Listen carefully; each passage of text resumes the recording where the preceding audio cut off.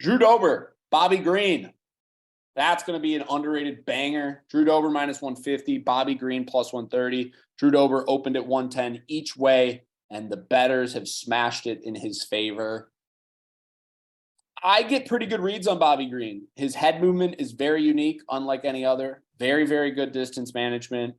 And he has a hard style to train for because his hands are always at his hips. He throws at weird angles.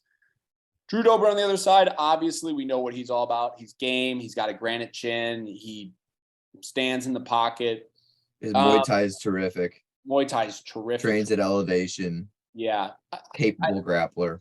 The way I look at it is I think this one goes over. I think this one is a decision, and I think that Drew Dober lands the harder shots with more volume. Bobby Green's 36. I guess Drew Dober is 34, but yeah, I lean the Dober side, and I might find myself there. I also like the over. I could for some reason I tend to lean Bobby Green, and I agree with you that exactly like you said. Bobby Green volume, Dober bigger moments. Dober's going to have the power. Dober's probably going to make more of a statement in the judge's eyes. Bobby Green is game. Guys like Fazeev failed to get Bobby's respect through a 15-minute fight.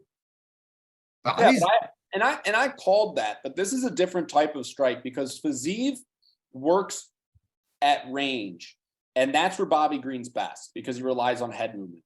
I think Drew Dober is going to try to cut the cage off and make it so that Bobby Green's head movement doesn't even matter. I'm keeping you in a square the size of a phone booth. And that'll be a tough spot for Bobby to be in. I also want to mention that he's a guy who fights close fights with guys better than him consistently. And I'm not so sure that Drew Dober is on the same level as a he also fights Fazeev, Thiago Moises, Nasrat, Islam. Down. He's a guy who almost lost to Clay Guida. I mean, he fights down. He's willing to, if he gets taken down, he will sit on the bottom. Like, Bobby Green is not a guy who's gunning for the title. He's gunning to just fight.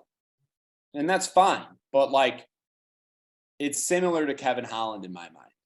I think that if he gets taken down by Dober, let's say, he might accept that bottom position. I'd love that because I will be on the over in this one. So over 2.5. You look at a guy like Bobby Green, and to knock him out, you have to be Dustin Poirier. It's the only guy in the world who's ever knocked him out.